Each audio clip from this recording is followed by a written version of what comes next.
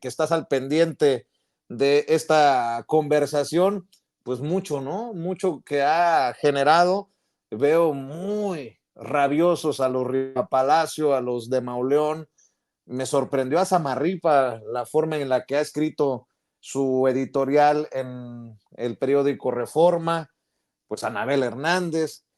Bueno, de esto y mucho más hablaremos con el maestro Ricardo Sevilla, periodista de larga trayectoria, escritor, columnista, fundador y conductor de su espacio en YouTube, Los Datos Duros, y orgullosamente miembro de esta familia sin censura. Además, el terror de la fachiza en la X, antes Twitter. Hablaremos de esto y del gober precioso que pues resultó tan precioso que ya lo ayudaron en el Poder Judicial que encabeza Norma Piña. Mi querido Ricardo, ¿cómo estás? Te mando un abrazo. Estoy muy bien, mi querido Vicente, público memorioso.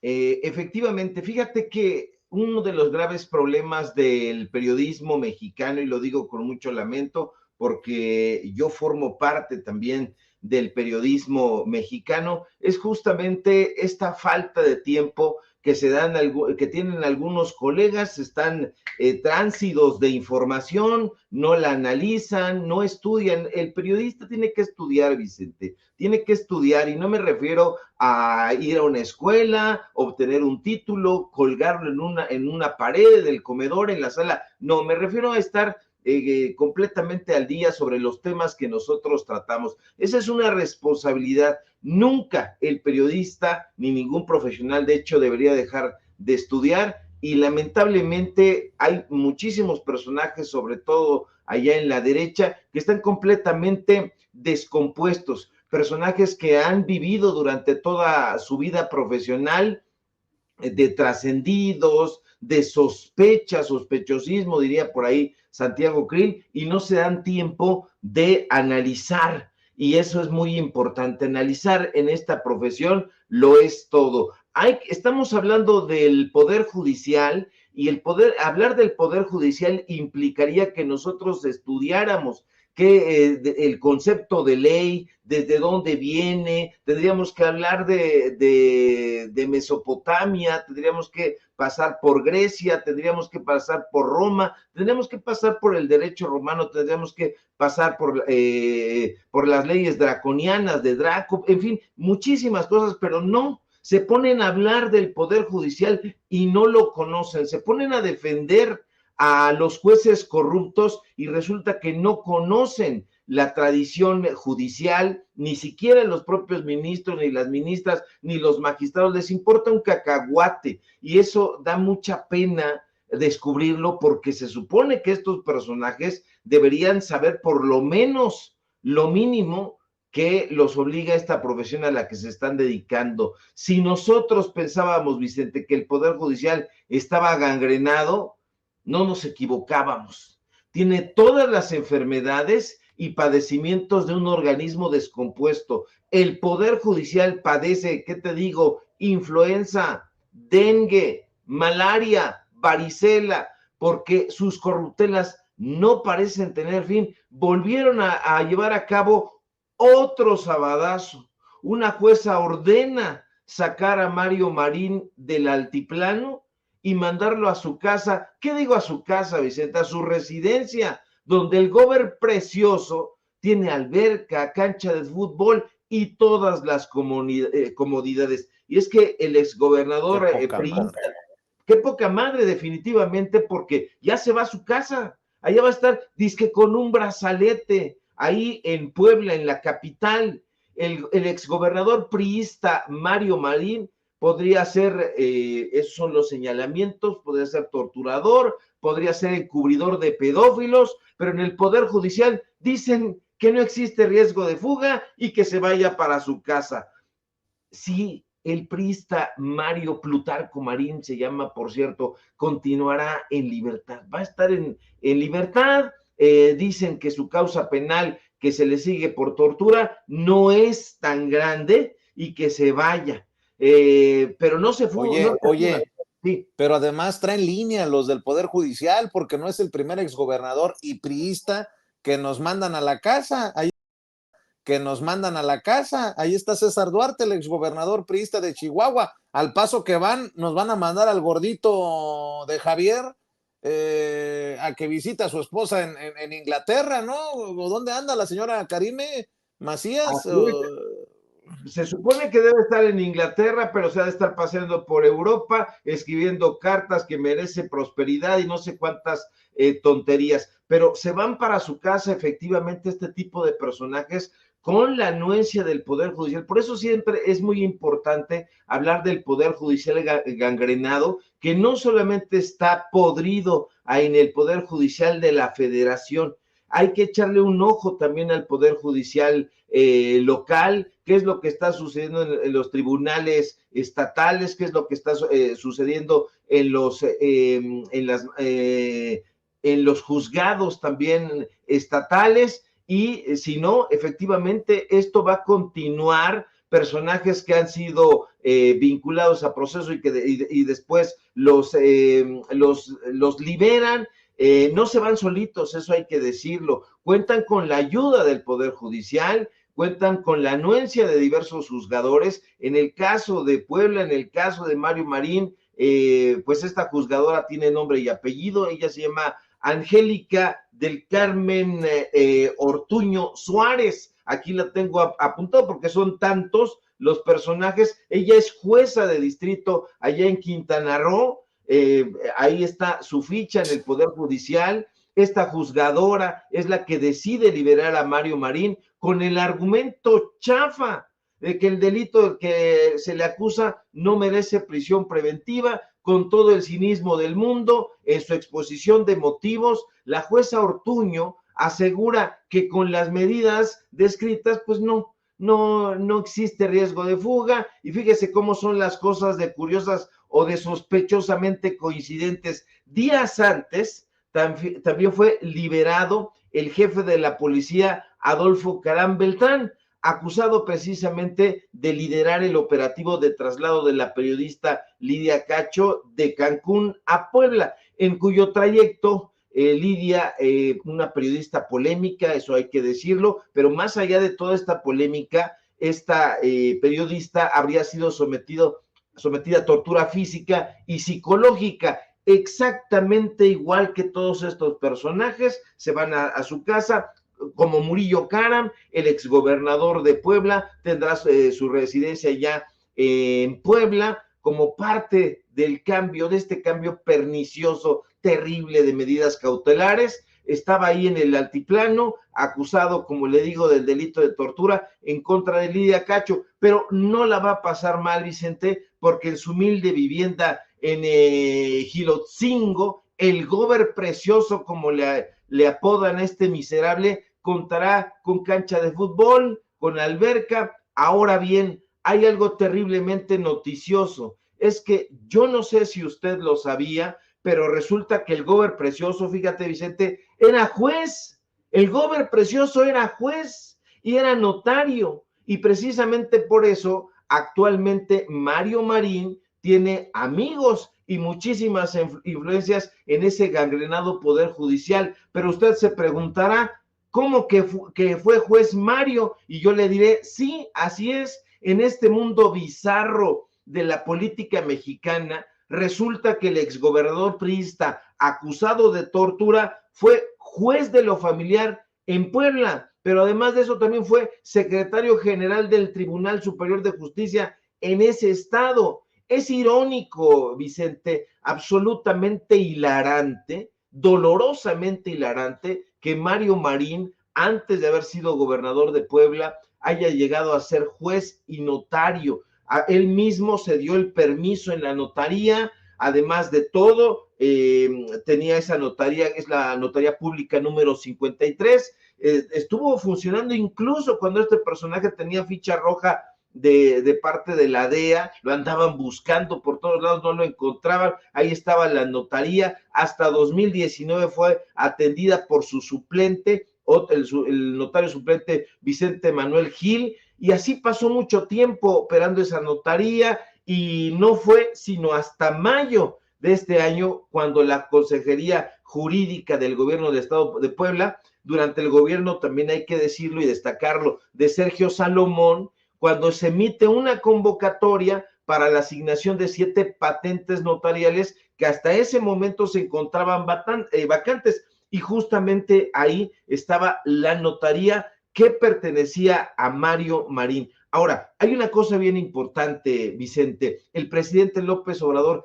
dijo hoy, durante la conferencia presidencial mañanera, que en su momento el PAN había decidido apoyar al entonces gobernador priista Mario Marín, porque ayudó en Puebla, apoyando a Felipe Calderón. Estamos hablando de las elecciones de 2006, y fíjese que es cierto porque en mayo de 2006, a 2 meses de las elecciones presidenciales aquí en el país, Acción Nacional emitió una orden a sus equipos de campaña allá en Puebla, prohibiendo cualquier mención del escándalo que en ese momento, usted recordará, fue conocido como el Lidia Gate, e involucraba precisamente a Mario Marín en esa llamada telefónica que usted recordará perfectamente, con el nauseabundo empresario Kamel Nasif. Entonces estos personajes celebraban la detención y tortura de la periodista Lidia Cacho, quien había denunciado en redes sociales, en una serie de reportajes que después fueron a dar al libro Los demonios del Edén, actos de pederastía que incluían a figuras muy poderosas. Ahora bien, esta frase sale a relucir en esa llamada El Gober Precioso. Los panistas, por órdenes de Vicente Fox, dijeron: no se va a tocar ese tema, la frase va a ser censurada. Ahí está la información dura. Hubo varios señalamientos, varias crónicas que hicieron allá en Puebla, muy interesantes, por cierto. La orden habría venido, Vicente, directamente de Los Pinos, directamente de la oficina de Vicente Fox, pero ya el escándalo estaba ahí, ya había trascendido en la opinión pública, pero ahí está este personaje, ya se va a su casa, y todavía salen en estas defensas estúpidas en la derecha. Por eso digo, nosotros estamos aquí tratando de entender todo. Aquí tengo hasta una lista de lo que hay que leer. Estoy leyendo la Antígona, estoy leyendo El proceso de Kafka, Los dioses justicieros, a Marx, estoy leyendo a Yocasta, a Yo acuso de Solá. Estoy haciendo toda una investigación, porque es muy importante darle a conocer a usted con datos duros cómo viene este asunto de la justicia, desde cuándo están los jueces corrompidos, y es una cosa terrible, Vicente, pero desafortunadamente ahí en la derecha opinan pensando solamente en la cartera.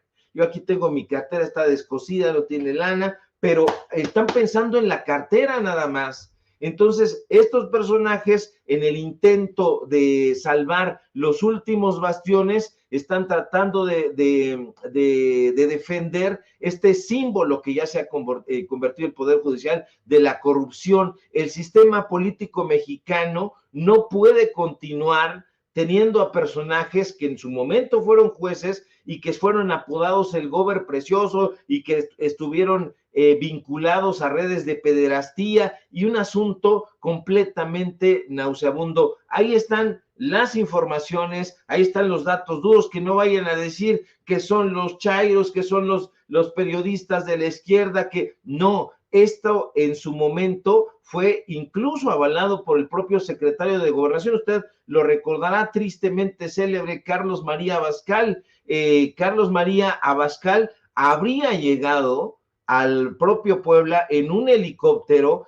Mario Marín pensó, de acuerdo con las crónicas que están ahí registradas y que ya nadie lee, que iban a pedirle la renuncia, pero no, fueron a pedirle ayuda porque estaban en estado de pánico. Entonces le fueron a pedir ayuda, querían que ganara Felipe Calderón, porque Andrés Manuel López Obrador caminaba en el primer lugar de todas las encuestas hacia el Poder Judicial Federal. Entonces no querían que ganara, desde entonces estaban pensando en descarrilarlo, Y ahí están las informaciones, pero evidentemente Felipe Calderón, Vicente Fox, Acción Nacional no van a querer hablar sobre este tema, y los otros que tienen una memoria selectiva van a querer arrojar paletadas de arena sobre este tema, pero nosotros no vamos a cesar de informarle a usted con datos duros y sin censura sobre lo que está sucediendo en ese poder judicial al que urge definitivamente reformar. Y nada más porque hay una persona, una colega periodista, que definitivamente está al pendiente de este caso, hay que mencionarla, Lidia Cacho, ¿no? Norma Piña, la ministra presidenta de la Suprema Corte de Justicia de la Nación, escribió en redes sociales: la independencia judicial no es un privilegio, es el principio que garantiza una adecuada impartición de justicia para hacer efectivas las libertades y la igualdad de las y los mexicanos. Y Lidia Cacho, la figura central, la víctima de estos personajes políticos, empresariales, que ella denunció y exhibió, escribe: sí que es un privilegio para los más poderosos, lo sigue siendo. Ahora mismo la jueza segunda de distrito de Quintana Roo está liberando a mi torturador Mario Marín, al que me ha mandado matar para callarme, para proteger a Kamel Nasif Marín, que estuvo prófugo de la Interpol. No es peligroso, según la jueza Angélica Ortuño. Y con justa razón. Habrá ocasiones en las que no estoy de acuerdo con las opiniones de Lidia Cacho, pero aquí, ¿cómo regatearle la solidaridad y, pues, de alguna manera juzgar su molestia, su enojo? Por cierto, al que también quieren embarrar es al gobernador electo de Puebla, a Alejandro Armenta, que en conferencia tuvo que desmentir a sus odiadores. Esto fue lo que dijo hace rato. Bueno, es una retórica que se dio en campaña, el tema del exgobernador. Es un proceso en el cual no tengo ninguna injerencia. Soy gobernador electo, no ministerio público, ni juez, ni pertenezco a la Suprema Corte de Justicia de la Nación, ni tengo representación en el Poder Judicial. Por lo tanto, no puedo atender un tema que no es de mi competencia. La señora Lidia Cacho tiene todo mi respeto, tiene toda mi admiración por su lucha a favor de las mujeres, y tendrá siempre la señora Lidia Cacho los brazos abiertos del gobierno del estado para impulsar desde Puebla cualquier lucha a favor de la justicia y a favor de las mujeres de Puebla.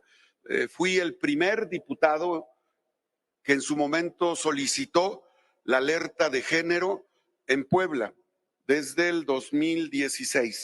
Así es que en esa congruencia yo estaré atendiendo los temas. No tengo ninguna opinión al respecto porque es materia judicial, y como yo represento al Poder Ejecutivo, o representaré al Poder Ejecutivo.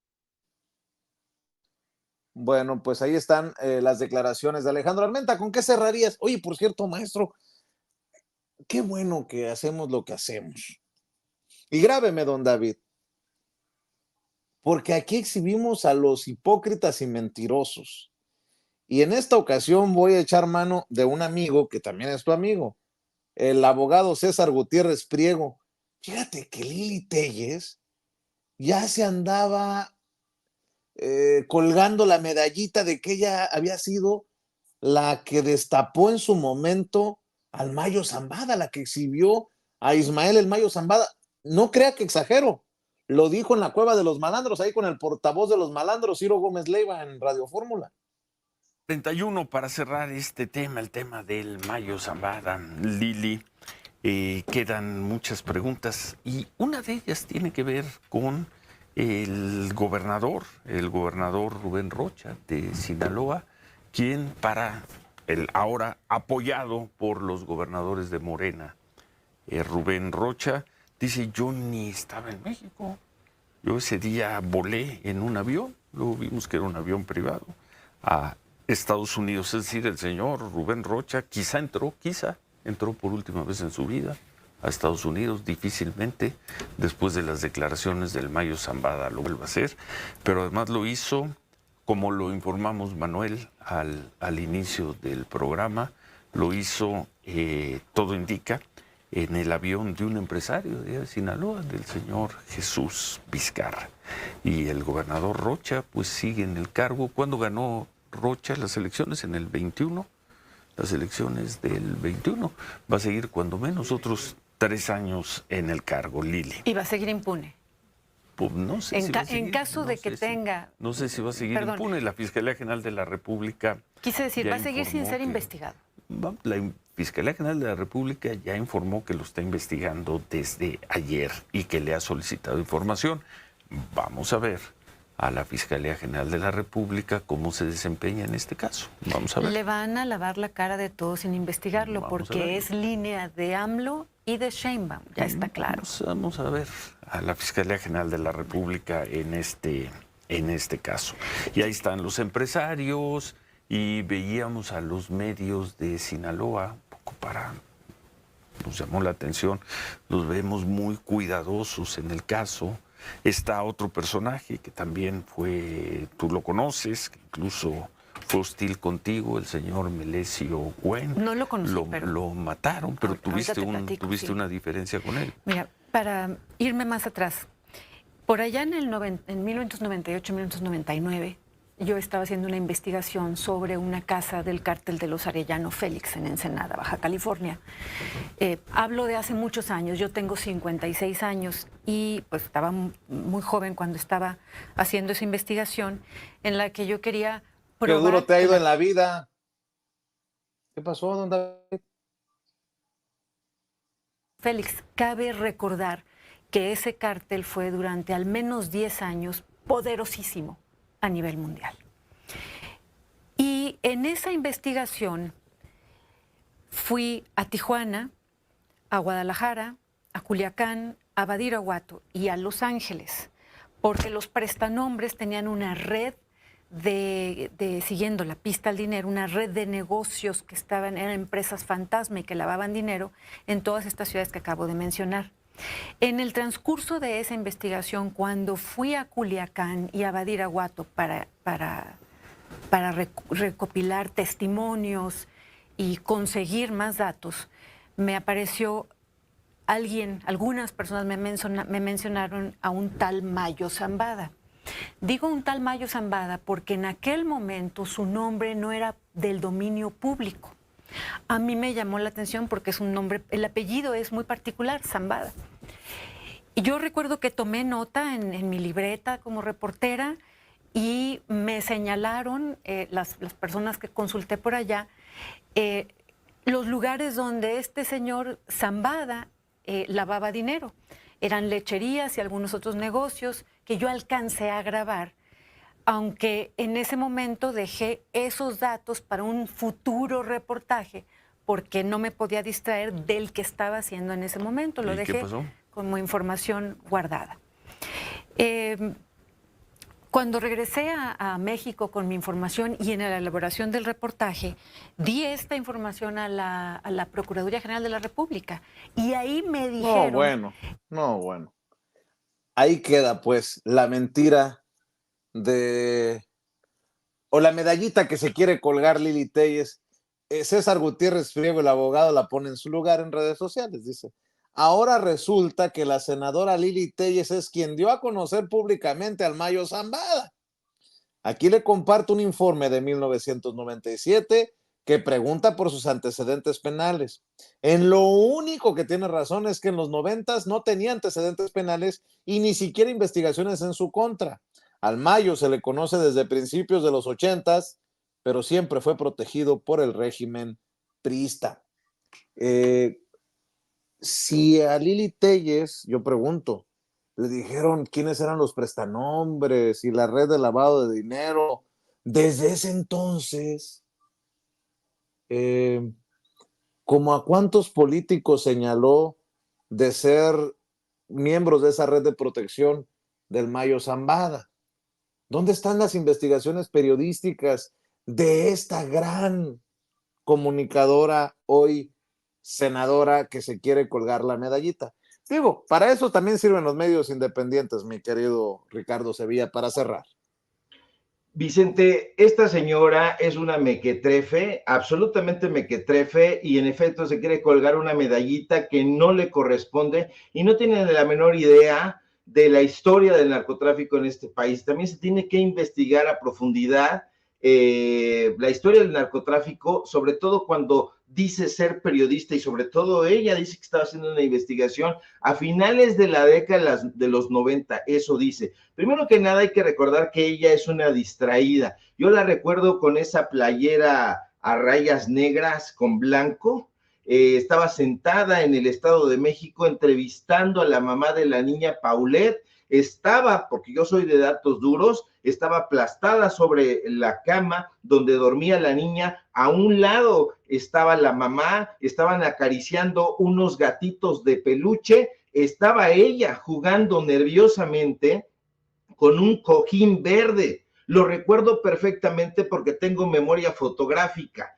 Tenía un cojín verde, estaba nerviosa y resulta que la niña Paulette, de acuerdo con lo que esa misma familia y después la versión oficial, es que la niña Paulette siempre estuvo a un lado, ahí al pie de esa cama. Y Lili Telles nunca se enteró. Vaya distracción de esta señora, eso en primer lugar. Han mandado cartas para pedir el despido de su servidora a un medio de comunicación. En fin, allá ella y su loca cabeza, porque hemos investigado a su hermana, porque hemos investigado esta fundación que tiene disque para ayudar y que no corresponde a la realidad. Ahora, hay que enseñarle sobre el Mayo Zambada, porque dice que no se conocía en ese momento, a finales de los 90, si el Mayo Zambada empieza a trabajar en la década de los 70, trabaja para Miguel Ángel Félix Gallardo, el jefe de jefes en el cártel de Guadalajara, así lo conocieron después, trabajó con Caro Quintero, trabajó con Ernesto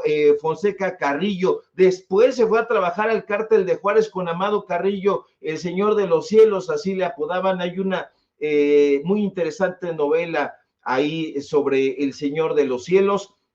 En fin, hay muchísima literatura, muchísimo periodismo que esta señora debería de estudiar, porque en efecto Zambada se manejaba con un perfil bajo, no era un personaje al que le gustaran los reflectores, pero eso cambió en la década de los 90, pero no a finales de los 90, sino a principios de los 90. Él estuvo trabajando con Nacho Coronel, a lo mejor ya no se acuerda de Nacho Coronel, ya no se acuerda de Delio López, ya no se acuerda de nadie esta señora, y no se acuerda porque nunca puedes acordarte de algo que nunca supiste, no puedes acordarte de los capos sinaloenses, no puedes acordarte de absolutamente nada. Si dices que eres reportera, das muchísima vergüenza.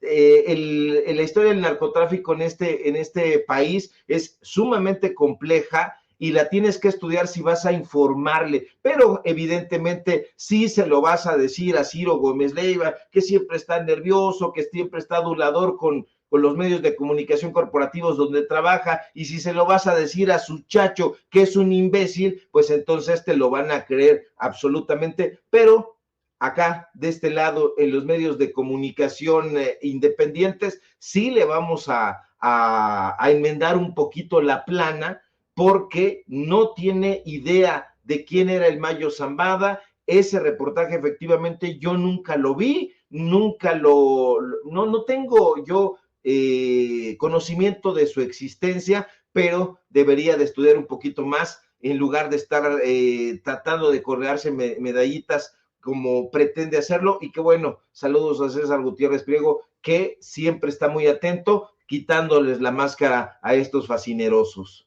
Y con los datos duros, presenta documento y toda la cosa en redes sociales, el querido César Gutiérrez Priego. Ahí está, mire, el documento para, pues, que le caiga el 20 a la senadora Lili Telles, que por cierto, tiene 56 años.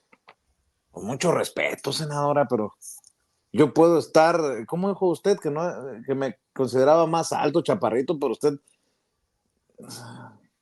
la veo más golpeada por la vida que a uno, y conste que estoy barbón, panzón, canoso, Lili. Por favor. En fin, mi querido Ricardo Sevilla, ¿por qué no cerramos invitando a la audiencia de Sin Censura a tus hilos en redes, a tus informativos, a tus esfuerzos, maestro? Claro que sí, querido Vicente, público memorioso. Síganme en mis redes sociales, en X, @Sevilla Crítico, en Facebook, Ricardo Sevilla, sin nada más. Síganos en Paralelo 24.mx. En los datos duros, hoy tenemos informativo en punto de las 9 de la noche. Y en este proyecto que estamos también encabezando, que se llama Hoja de Ruta, donde estamos haciendo pues documentales que creo que son muy necesarios. Échele un ojito ahí, acompáñenos y por supuesto, desde luego aquí en la familia Sin Censura, donde somos orgullosamente miembros y conductores cuando así se requiera, mi querido Vicente. Eso. Te mando un fuerte abrazo y estamos al pendiente. Como dice la raza en redes, eso mamón. mi querido Ricardo, tú sabes que te agradezco en el alma y pues nosotros siempre, Toño, tu servidor, Ceci, don David, con la confianza de que hay ese compromiso con la audiencia. Gracias por sacar adelante junto a Paco estos días y nos vemos pronto, hermanito. Un abrazote, mi querido Vicente. No hay nada que agradecer. Estamos para eso y formamos parte de la familia Sin Censura. Seguimos al pendiente. Gracias, el maestro Ricardo Sevilla hablando con nosotros sin censura.